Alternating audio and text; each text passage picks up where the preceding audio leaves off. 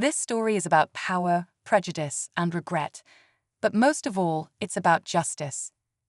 A black investigator, sharp and confident, is working on a case when he's stopped by a cop with a chip on his shoulder. From the moment their eyes meet, it's clear this isn't just routine. The officer, blinded by his own bias, assumes the worst, treating the investigator like a suspect instead of a professional. Words turn into tension, and before he knows it, the cop makes a move he'll soon regret. But the moment of impact isn't the real story. The real story is what happens next. When the officer finally realizes who he just struck, everything changes. The badge he thought gave him control is suddenly a weight dragging him down. His career, his reputation, his future, all hang in the balance. And now it's too late to take it back. What happens next? Stay tuned. The silence after the strike is deafening. The officer, still gripping his baton, feels the weight of what he's just done sinking in fast. The black investigator, dazed but steady, locks eyes with him. There's no fear, just a quiet, burning anger. A crowd begins to gather. Someone pulls out a phone, recording everything. The tension thickens as the officer's radio crackles, calling in an update on a nearby case. That's when it hits him. He never even asked for ID. Never checked credentials. The man he just attacked wasn't just anybody. The investigator wipes a drop of blood from his lip and finally speaks.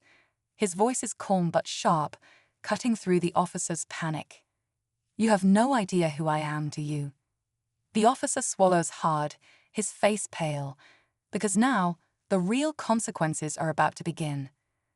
The officer steps back, his pulse racing. He wants to justify his actions, to say the investigator looked suspicious, but even he knows that won't hold up now. The crowd is watching, cameras rolling, waiting for his next move. The investigator reaches into his pocket, slow and deliberate. The officer flinches, but instead of a weapon, a badge flashes in the streetlight.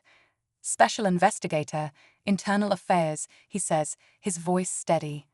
The officer's stomach drops. He didn't just attack an innocent man. He struck someone with the power to take him down. A fellow officer arrives, drawn by the commotion. "What's going on here?"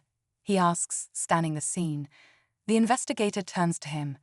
"That's exactly what I'd like to know." The officer who threw the punch is frozen, his mind racing through excuses. But deep down he knows, this is the moment everything changes. The officer's breath is shallow, his hands trembling at his sides. Every second feels stretched, the weight of the moment pressing down on him. The crowd inches closer, murmurs growing louder. Phones stay locked on him, capturing his every move, his every expression. The investigator doesn't look away. He studies the officer, reading the panic in his eyes. "You assumed, didn't you?" he says, voice low but firm. "Didn't ask questions, didn't think twice." The officer swallows hard, but his throat is dry. His partner shifts uncomfortably, sensing the storm about to hit. A police supervisor arrives, pushing through the onlookers. His face tightens when he recognizes the investigator. "You good?" he asks. The investigator nods, but his gaze never leaves the officer who struck him. "I'll be fine," he says, but he won't. The officer's chest tightens, his world is about to fall apart. The officer barely has time to process the investigator's words before the radio on his shoulder crackles again. A voice comes through, urgent, sharp. "Suspect on the run." All units respond. His supervisor stiffens. The investigator doesn't move. But the officer, his stomach twists, because he recognizes the description being called in. The suspect thereafter. The real reason he was patrolling this area in the first place. He saw him earlier, just a few blocks away. And instead of following the lead, he let his own bias cloud his judgment. He wasted time on the wrong man. The investigator tilts his head, reading the shift in the officer's expression. "Something wrong?" he asks. The officer hesitates, his palms sweating. If he admits the mistake, it could cost him everything. If he stays silent, the real criminal gets away. Either way, the damage is already done. The officer's heart pounds as the radio call repeats. His mind races, admit the mistake and face the fallout, or stay quiet and let the real suspects slip away. The investigator watches him closely, waiting. Then, before anyone can react, the investigator speaks into his own radio. Suspect last seen heading west on 10th. Units should move now. The supervisor's eyes widen. How do you know that? The officer stands there for a moment, his mind reeling. His hands are still trembling, his heart thudding in his chest. The weight of the investigator's words hangs in the air. But it's not just the officer who's affected. Every person around them feels the tension. The crowd has fallen silent, waiting for what happens next. The supervisor doesn't waste another second. He signals for backup and begins relaying new orders to the other units. The officer's partner shoots him a glance, but he's too stunned to even respond. His career, his reputation, everything he worked for, is on the line. The investigator, now back in control of the situation, steps aside as a team of officers moves to follow the updated lead. The tension lifts slightly, but not for long.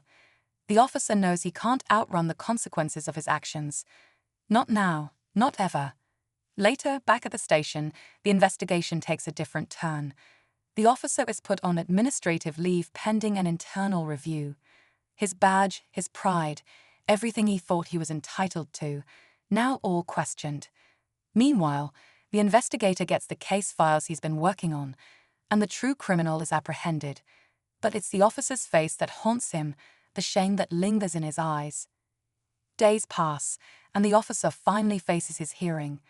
As the investigation unfolds, it becomes clear that the officer's rash actions weren't just a matter of bad judgment.